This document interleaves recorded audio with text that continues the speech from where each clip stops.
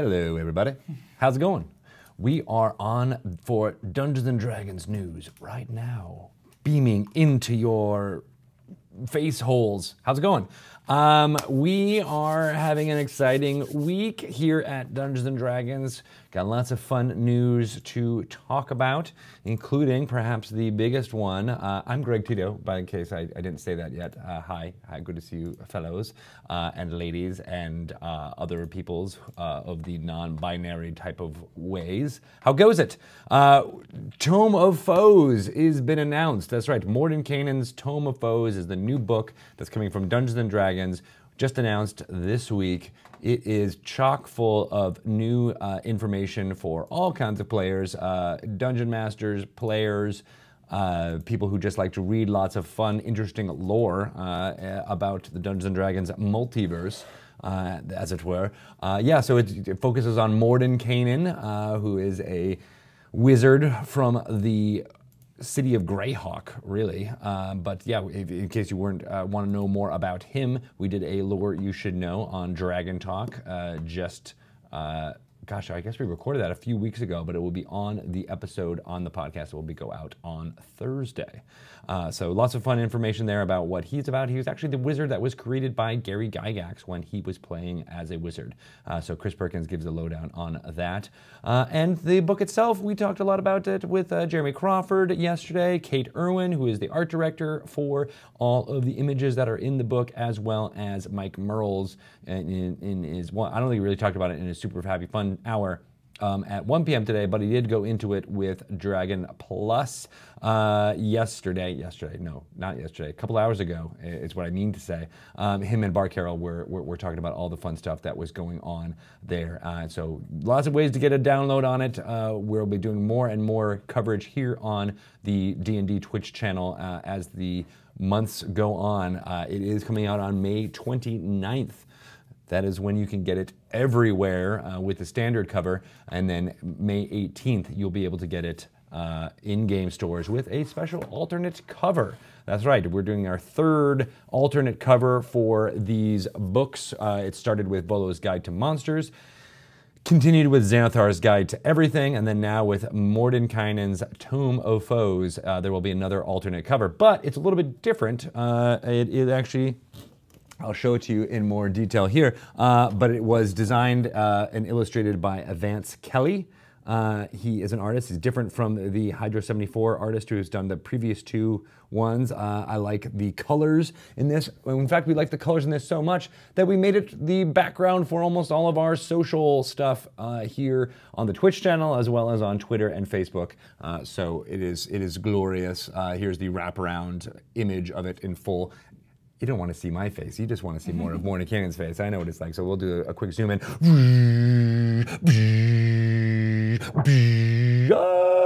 All right, so I felt like we were in the 90s there for a second. Sorry about that. Those are great sound effects. I'm really bad at time travel, so yeah, it's part of the problem. Sometimes we just end up in Wayne's World and or Nickelodeon things going on. So that's it. That's it for Tome of Foes. I'm not going to go too much more into it here on this show. We got lots of other venues to do it, so I will be talking about a lot of the other fun stuff that's going on. Actually, some of this stuff is coverage of Mordenkainen's Tome of Foes, so we're not going to quite leave that topic just on the yet. How are you guys doing in there? Yes. Oh yeah, you do like the Sue. Rehaz likes the cover, fun cover from Anxious Narwhal. I am also anxious as a horned person. So I totally understand what that's all about. But cool, yeah, I love both the alt covers and the main covers too, just like all of you do. What happened to the clip button? What's the clip button? Now I need to figure that out.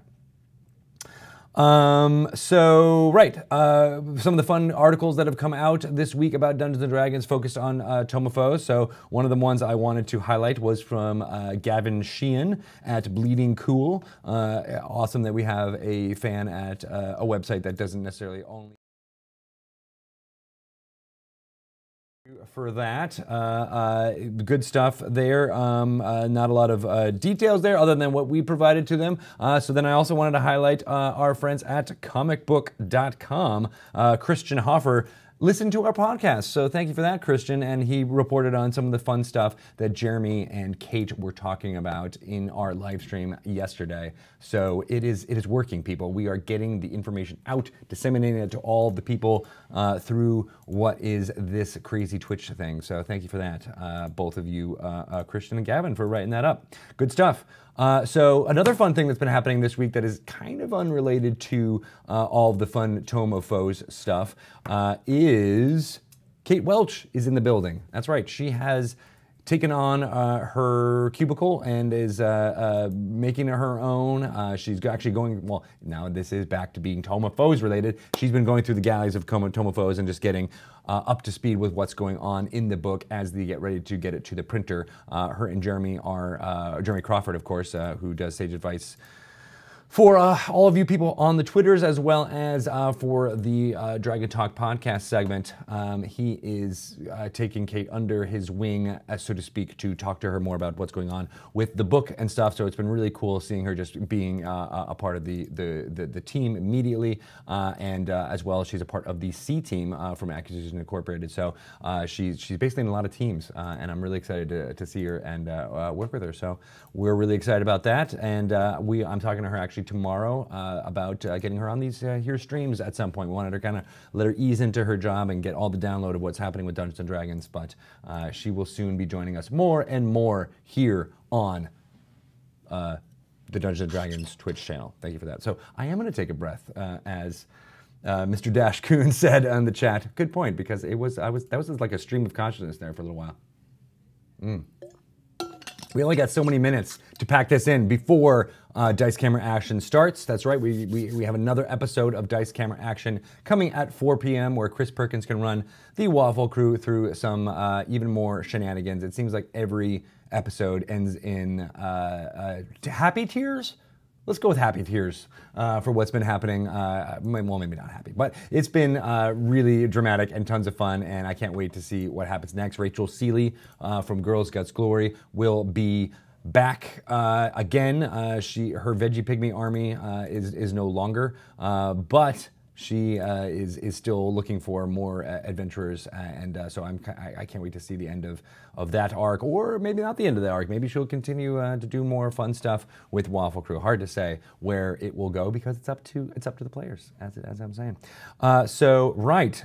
How we will go on to the thing that I forgot to talk about last week, which is these amazing dungeon tiles. So these have been in stores for a while, but we had some people who were saying that they didn't know what they were looking like before they were, and they didn't want to just buy something without popping them up, opening them. So one of the things I want to do with the visual medium that is this here Dungeon D&D News is to show off some more stuff. So it comes in this box. I already popped open all the cellophane and stuff, but I do like that the box itself has a grid on it. So you can use it as a level, levels in your dungeon or whatever. But these are dungeon tiles reincarnated. And I will be looking through the dungeon version of this. So there's 3 versions of these dungeon tiles. Wilderness, Dungeon, and Urban, and I showed off the Wilderness ones, I believe, 2 weeks ago. Forgot to do the Dungeon ones this week, so I wanted to show you a little bit more of what they look like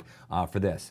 So it's double-sided board game quality cardboard. You can obviously pop these out. I'm not going to pop them out here because then they'll just pop into the ground. But then you can use these for your miniatures, put them down, and get a really evocative piece of art into your Dungeons & Dragons table. I like these better than and here's a staircase, which is super cool. They're double-sided, so there's different artwork on different sides, so we can use all of the pieces of the buffalo here in your adventuring. These, like I said, I prefer these over the game mat that you have to draw on with dry erase or wet erase because I'm not a very good artist. So it doesn't always evoke the fantasy element of Dungeons & Dragons if there's lots of squiggles and crazy signs, so it doesn't always work for me. If you are an artist, more kudos to you, but I think those folks who just want to quickly prepare for this, these dungeon tiles will come in handy really well. I like this one because it's got beds. Where do people sleep in the dungeon? I don't know, but now you do know because you can see it right there. Here is, oh, I like this, like large spiral staircase. This connects with a few other pieces down here that can create a tower in any configuration kind of you want. I love that. That's pretty cool. And then look, this one's got like a little turrety type of tower. Again, this is the dungeon set, so it's got tons of different ways that you can build out your dungeon based on it. This one's like a little messed up library room. What's happening there? I don't know. Now I have a story hook almost that I want to use because of that. And there's, oh, see, this is where it started. It started like just a regular, normal little bookshelf, and then scrolls, lore on the ground. How dare you? Someone's gonna find that though and find some wizard spells. These are some more similar things, kind of completing the circle that you might have there. This is a little spell markings on the ground there. That one looks like it's blue, so clearly frost or something like there. This one's got some fire on this side. Really like that as well. Here is some more oddly shaped corridors and things here, but then, oh, if you look on the other side, it's because they needed to have the right shape for this type of thing. This is a more natural looking cavern within there. I'm going through every one. I don't care if you guys don't think this is good content or not, but I like seeing what they all are, and they're pretty badass. This is for more natural caverns here for your Out of the Abyss campaign, or my Out of the Abyss campaign if we ever start that back up again.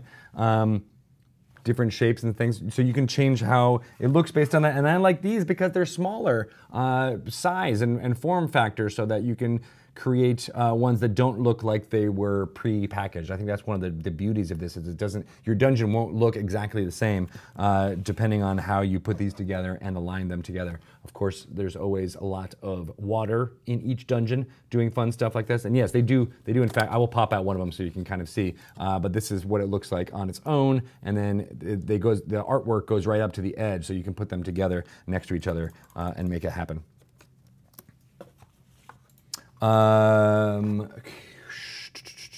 This one's got, oh, look at this one. This one's got a nest. What kind of nest is it? That's up to you. That's up to you. I don't know. Could be an owlbear. Could be dragon. Could be lizard folk. I don't know. Do lizard folk even have from eggs? I don't.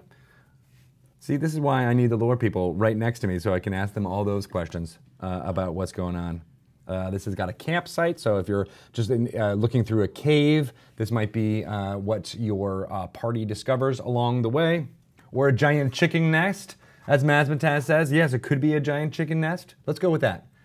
Owlbear nest, yes, okay. I agree, it was probably an owlbear nest. Maybe it was waffles, maybe not, but that's where it came from. And then, of course, oh, so yeah, I like this. Speaking of Out of the Abyss, these are some wonderful mushrooms. There's the myconids, will be possibly living right about there. And then, if, not to be outdone, there's also some spider web covered areas for when your giant spiders or drow pop up. Of course, you need to have some webs. So those are all of them. Of course, I didn't get to see all of them back and forth, but they are, there's a stack of different dungeon tiles that you can use and abuse to your liking, depending on if you're the dungeon master or the player. And there are 3 sets of these, as I said. This one is just the dungeon ones. There are wilderness and urban tiles that will complete your set. They're available in game stores now. The MSRP is $25 each. So with just a little bit of investment, you can make your, your table come to life. How's that for a slogan? I just made it up. We're workshopping it. We'll get to it at some point. So yeah, they are dry erase, I believe. They're not designed to dry erase, but they do work. If I'm able to throw that out there. It's not like some of the other stuff that we've had that were for both wet and dry erase, but it does work if you need it to make notes but the cool part is that you don't necessarily need to, unless I guess if you want to add stuff, I guess you would do that, but it can do it. Which one is my favorite Scarlet Moth? Of the tiles, the ones I just showed, the individual tiles or the sets? because I think I'm gonna have to go with the urban ones as my favorite, just because I love that kind of adventure taking place in an urban environment. It's just a part of the D&D lore that I love. How's it going, Alice of Carol? How's it going? Good to see ya. So yeah, those are the dungeon tiles. Again, they're available in stores now. Go check them out. Moving on, I wanted to talk to you guys about D&D Beyond. So we're all about making your game easier to play, and D&D Beyond does that in a pinch. You can create a character very fast, get it into playable shape with the touch of a button, really. If you just don't want to customize it on your own, you can literally press a button and you will get a character popped out at whatever level that you want. It will be all Adventurers League legal. All of the decisions will be taken out of your hands, but then of course you can go in and edit it too. So it's a fantastic tool. I suggest if you're at all confused about character creation, or you don't know what's available for you to even choose from all the different sources that are out there, check out D&D Beyond, you can't go wrong there. I know I think in talking to people who are new to the hobby, sometimes creating a character is the biggest hurdle to jumping in and enjoying the hobby. So I love that D&D Beyond kind of takes that that complication away for a lot of people. So do check it out. They're good partners. They are making tons of videos about what's coming in Morden Canaan's Time of Foes, similar to the way that they did for Xanathar's Guide to Everything. There is a great interview up with Mike Merles right now that goes into more detail about what's in the book on Morden Canaan's Time of Foes. So at the very least, go check out the D&D Beyond YouTube channel to find out more stuff about that. So cool, make it happen. They also have Unearthed Arcana content up there. It's unofficial, it's not real, it's not the Adventurers League legal stuff that we were just talking about, but it's an easy way for you to test out the material and give us the feedback.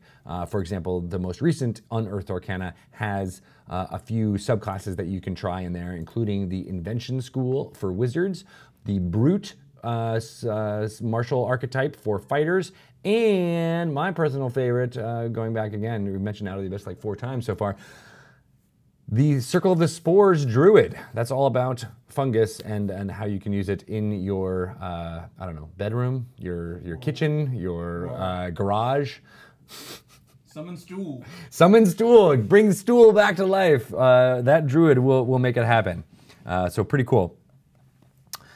Thank you to everyone who has subscribed onto the Twitch channel. We have tons of emotes available to us. There's the $4.99 level, gives you access to that, as well as the fun little ampersand badge that you get for months of subscribing in a row. Thank you to everyone. I see tons of people with those badges in there right now, and you are awesome, so we appreciate you. I know there are $10 and $25 tiers up there right now. We're working on getting some amazing content up there to make them more useful to you. Of course, all of the proceeds of this goes to just making the content here on the D&D channel better, more amazing-er.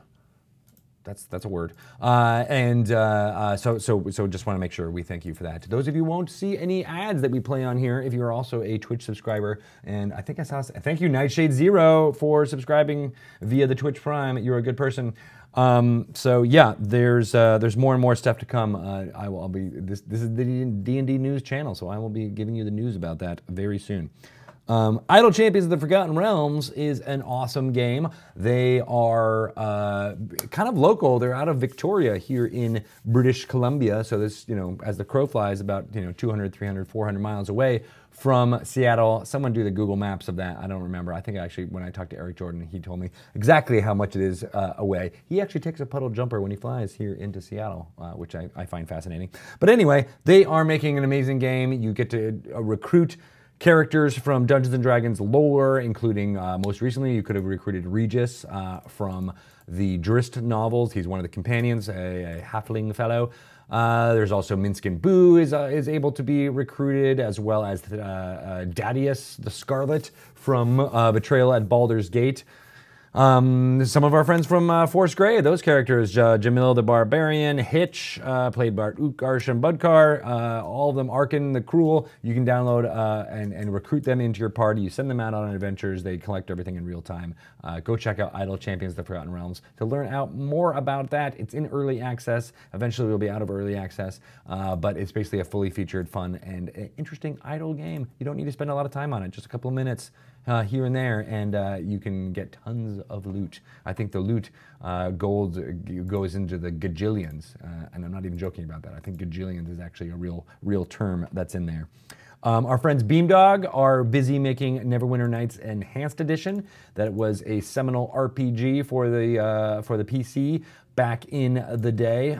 It is coming out with an Enhanced Edition, which means a new UI. It's optimized for today's operating systems, as well as being able to use all of the old modules and old content and user-generated stuff that has been in the Neverwinter Nights community for the last 15 years. All that will be compatible with the new Neverwinter Nights Enhanced Edition, which I think is super cool.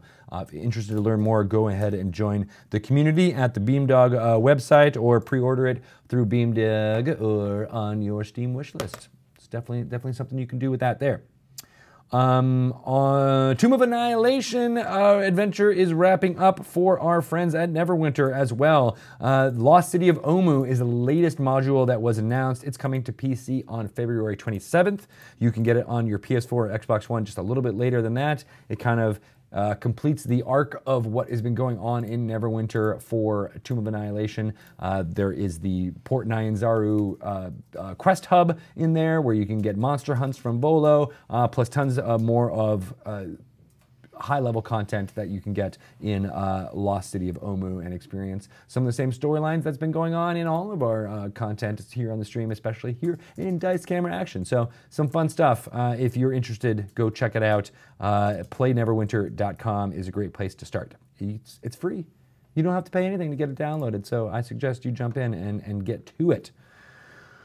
Also, Tales from Candlekeep has a lot of information and DLC packs available with crafting equipment and gear and gold and wallpapers for each of the heroes that you can download. What is Tales from Candlekeep, you might say? Well, it is a translation of the amazing adventure system board games that have come out over the last 5 or 6 years here from Wizards of the Coast. The adventure system is basically a way to play a Dungeons & Dragons-like scenario. There's many different scenarios in each one of the games that have come out. Without a dungeon master, it's basically dungeon masterless. Monsters spawn. It's more of a tactical gameplay. You're counting squares and moving across certain things. It's been translated to digital with Tales from Candlekeep, and they did the Tomb of Annihilation board game that was designed by WizKids and produced by WizKids. They translated that into digital form. I think there's 29 different scenarios you can play through in the digital version with different difficulties. So if you like that kind of tactical challenge in Dungeons & Dragons, I suggest you check it out. There's lots of adventurers that you can play with. I believe there is a new adventurer. There was 4 to start: Artist Simber, Dragonbait, Birdsong, Ashara, and Kuwasha is the newest one that was added. And Dragonbait you might recognize from this year Dice Camera Action. So you get to play through with using that character if you'd like. See the tome box art again. Yes, absolutely. I will show you guys the tome box art as we get here. I'm just going to go through some of the new streaming shows that we've got going on, and then I'll get right to that before handing it over to Mr. Perkins and the rest of the Waffle crew to take it out of here in about 6 minutes. So on Mondays, we have Danny Hartel, one of the most prolific and amazing cosplay artists that I've ever met. I haven't met that many of them, but she's one of the best. And she has our show called Craft Tags on Mondays at 12 p.m. Pacific time. She will design and create cosplay and talk to you guys as it's happening. It's super fascinating. Monday at 12 p.m. It goes for 2 hours. Then it's Dragon Talk time, and that's when we me and Shelly, of course, Shelly Mazanoble, who runs Avalon Hill and all of the fun board games that are going on there, including Betrayal of Baldur's Gate. That's where we talk to interesting people about what they're doing in the Dungeons & Dragons sphere, whether it's storytelling or creating modules or designing games. We talk to a lot of people on that thing there. We just spoke to Jeremy Crawford and Kate Irwin, as I mentioned at the top of this, about what's coming in Morning Canyon's Tome of Foes. So go check it out. And on next Monday, we have some new segments. We do lore segments with Chris Perkins and Matt Cernit about what's interesting about little tidbits of D&D lore, as well as Sage Advice. I think we're recording a Sage Advice next Monday, and as well, we're talking to Jen Vaughn and Kat Kruger from D20 Dames and their new podcast, as well as Molly Ostertag, who is a comic book artist from Los Angeles. She's been tweeting a lot about how she's playing Dungeons & Dragons, and I can't wait to talk to all three of those awesome content creators about what they're doing and how it's moving the Dungeons & Dragons creation forward. So we got 2 interviews next week, as well as a segment recording. That's Mondays at 2 p.m. on this here channel. Then, of course, on Tuesdays, we have a slew of programming now. Mike Merle's Happy Fun Hour at 1 p.m. 2 p.m. we've got Dragon Plus, and at 3:30 or so is when I come on to do what I'm doing right now, and then following it up with a 4 p.m. Dice Camera Action. There is also a new and fun thing that we're hosting called Waffle Talk, and we'll be doing that right after this here episode this week, where the community, including Scarlet Moth, who I think I saw in the chat already, we'll be talking about just the recent Dice Camera Action that just aired, and it's a great place if you're having problems dealing with what's happening in the thing. This is where you can work it out and talk through it. So that's really exciting. We like what they've been doing. Sean McGovern from Power Score RPG is leading the charge there, and I just love their conversation. So we'll be hosting that directly after this here show, wrapping up after that. Then on Wednesdays, we got Misclick's D&D Risen is finishing up their arc with Dungeon Master Curtis Weeb. He is the writer behind Rat Queens, if you're not familiar with that comic book. Definitely adult flavored, but it's really fun. We have a lot of people watching. We have 1111 here. It's just as much as Dr. Demento, or what's that guy's name? The dude from PUBG. We have just as many people watching as we're watching his return. That's a joke for all you Twitch folks out there. So yeah, they're wrapping up. So Misclick's D&D Risen is wrapping up their finale of their season 2 this Wednesday at 4 p.m. Pacific time. Tons of fun folks in there, including Britt Weissman, Kelly Link, Koibu, and Danny Hartel from Grass Hags has been joining that cast. So excited to see their finale and what they'll be coming up with next. Thursday, we've got Codename Entertainment to talk about Idle Champions, and then we're hosting Critical Role here at 7 p.m. I mentioned this before, but it bears repeating. Critical Role also has a lot of viewers. They were up to more than 100,000 concurrent viewers watching it on Thursday nights. That's chat goes really fast. I've tried to pay attention, and it's very hard to even have any kind of sense of community or interaction with the fans as you're watching it. But come and hang out at the D&D channel, and you'll have a little subset of fun folks, some of which are here right now, who you can hang with and watch what's happening with Matt Mercer and the rest of the crew. So we'd love to have you. All of the kudos to what they are doing, and yeah, we'll come and hang out, and it'll be fun. So then on Friday, we got Beamdog talking about what they're doing for Neverwinter Nights Enhanced Edition. Trent Oster and Philip Daigle will be going through some of their updates and take questions, as well as giving away some t-shirts. Tales from Candlekeep, which I already mentioned, will be doing their show from 12 p.m. Pacific time to 1 p.m., where we have Roll20 presents Tomb of Annihilation. So that's where Dungeon Master Adam Coble plays with Distracted Elf, Andrew Gillis, Dave the Human, and Blue Jay through their Tomb of Annihilation storyline. So that's tons of fun. And then the Dragon Friends have been doing their thing on 5 p.m.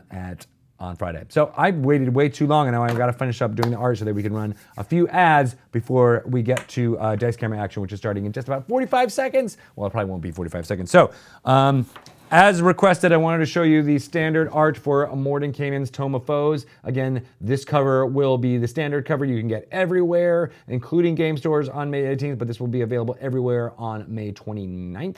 That's the front cover, and then the back cover kind of looks like that. So this is the whole wraparound artwork. Good stuff there. And then, here is the alternate cover designed by Vance Kelly. So yeah, I showed that one kind of a little bit already, but then here's the wraparound artwork on the back. Very cool. We love all the little glyphs and things. In fact, even if you might notice, we've using that that part of the artwork there for our Twitch programming here. So again, Mordenkainen's Stone of Foes just announced this week. It's coming out May 29th everywhere. It's got tons of new monsters focusing on extra level or later level challenges for everyone. It's got information on the blood war. It's all about conflict, the conflict between devils and demons. Yugoloths are also mentioned in there, as well the conflict between Drow and the rest of the elves, Duergar and dwarves, Githyanki and Githzerai, as well as a chapter which I didn't know until Jeremy was talking about it during the podcast yesterday, a chapter on not conflicting races like gnomes and halflings. You know, their conflict is that they don't want to involve in any conflict. So you'll get to find out a little bit about them too. So it's not just a book about doom and gloom. It is a murdy-curdy book that does have some happy people described within. All right, that's enough for now. I'm going to get out of here so that Chris Perkins can take over. We're going to show a brief ad and then get ready to switch it up for Des Camera Action. So go Waffle Crew. Thank you guys so much. Follow me on Twitter. I'm at Greg Tito, and I'm out of here. All right, thanks, guys. You're the best. Bye.